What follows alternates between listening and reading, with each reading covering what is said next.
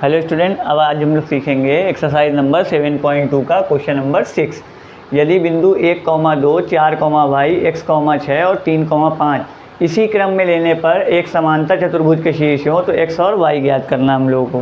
तो देखिए, समांतर चतुर्भुज पहले हम लोग एक बना लेते हैं। समांतर चतुर्भुज हल्का सा तिरछा होता है, A, B, C और D इसी क्रम में अगर हम लोग लिख दें, यहाँ हो गया 1,2, दूसरा हो गया 4,y, फिर ये हो गया हमारा x, 6 और ये हो गया हमारा 3,5। तो देखिए, हमको x और y की वैल्यू निकालनी है। x और y की वैल्यू निकालने के लिए देखिए, समांतर चतुर्भुज जो होते हैं इसकी आमने सामने की भुजाएं तो बराबर होती हैं, इसके जो विकर्ण होते हैं वो एक दूसरे को समद्विभाजित करते हैं। समद्विभाजित मतलब ये दोनों का मध्य बिंदु होगा। AC का भी मध्य बिंदु यही होगा P, और CD का मध्य बिंदु भी यही होगा P। चाहे तो हम लोग इसको O लिख सकते हैं कि AC का मध्य बिंदु O हो गया और BD का मध्य बिंदु O हो गया। तो देखिए, समांतर चतुर्भुज के जो विकर्ण होते हैं एक दूसरे को समद्विभाजित करते हैं।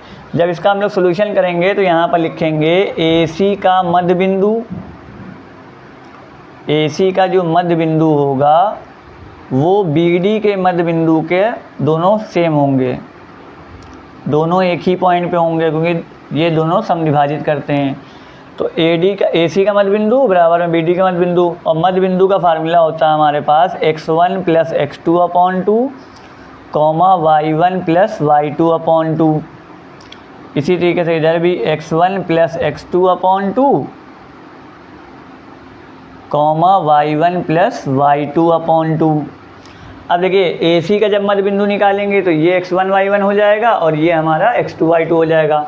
तो x1 की जगह पे हो गया हमारा 1 और x2 की जगह पे हो गया x, और y1 की जगह पे हो गया 2 और y2 की जगह पे हो गया 6/2। अब BD का निकालेंगे तो B और D वाले लेंगे तो x1 की वैल्यू हो गई हमारी 4 और x2 की हो गई 3/2, y1 की हो गई y और y2 की हो गई हमारी 5/2। अब देखिए 1 + x/2 ऐसे ही रहेगा और ये हो गया 6, 2, 8/2, और यहाँ हो जाएगा हमारा 7/2 और ये हो गया y + 5/2। अब जब इनकी हम लोग तुलना करेंगे, क्योंकि दोनों जो हैं बराबर हैं, एक ही पॉइंट है दोनों के, जब तुलना करने पर करेंगे तो पहले वाली वैल्यू पहले वाले के बराबर होगी और दूसरी वाली वैल्यू दूसरे वाले के बराबर होगी। तो ये हो जाएगा हमारा 1 + x/2 बराबर में 7/2, ये 2 से ये 2 कैंसिल हो जाएगा। तो 1 + x बराबर में 7, तो x बराबर हो गया 7 - 1, तो x का मान आ गया हमारा 6। इसी तरीके से जब हम लोग y का मान निकालेंगे तो 8/2 जो है y + 5 के बराबर हो जाएगा।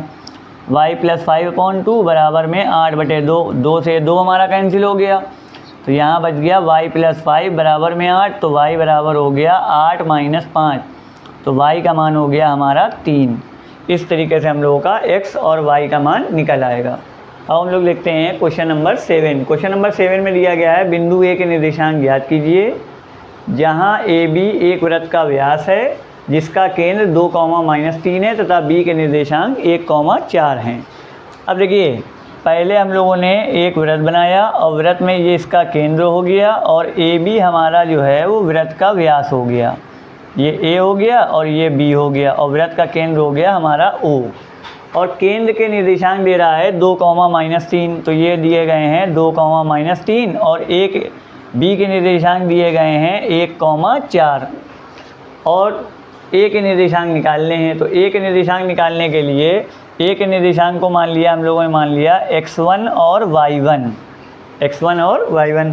पहले यहाँ पर लिख के भी दिखा सकते हैं, तो यहाँ पर लिखेंगे माना बिंदु A के निर्देशांक, माना बिंदु A के निर्देशांक बराबर में x1, y1, ये हम लोगों ने मान लिया।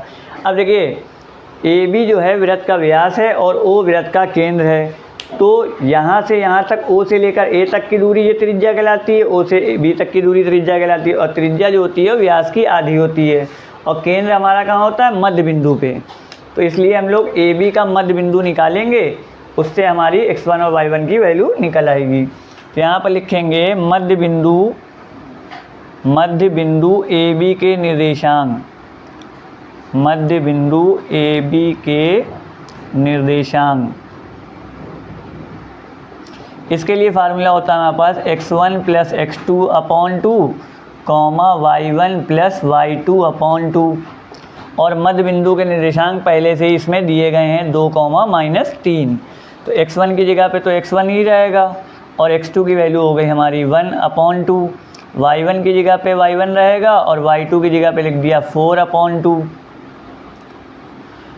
अब इसके जब इससे तुलना करेंगे तो पहले वाले की पहले वाले से और दूसरे वाले की दूसरे वाले से, तो ये हो जाएगा x1 प्लस 1 अपॉन 2 बराबर में 2। इसके नीचे एक लगाए, क्रॉस मल्टीपल करा, x1 प्लस 1 का 1 से करा x1 प्लस 1 और 2 दूनी हो गया 4, तो ये हो गया x1 बराबर में हो गया 4 माइनस 1 प्लस 1 था उधर जाएगा -1, 4 में से 1 गया 3, ये आ गई हमारी x1 की वैल्यू।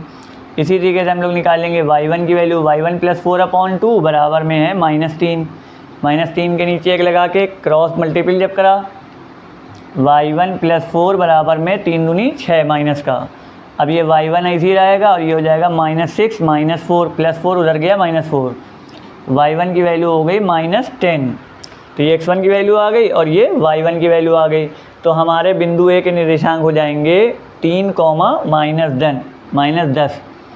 तो ये हो जाएगा बिंदु ए के निर्देशांक हमारे हो गए 3 -10। ये हमारा आंसर हो गया।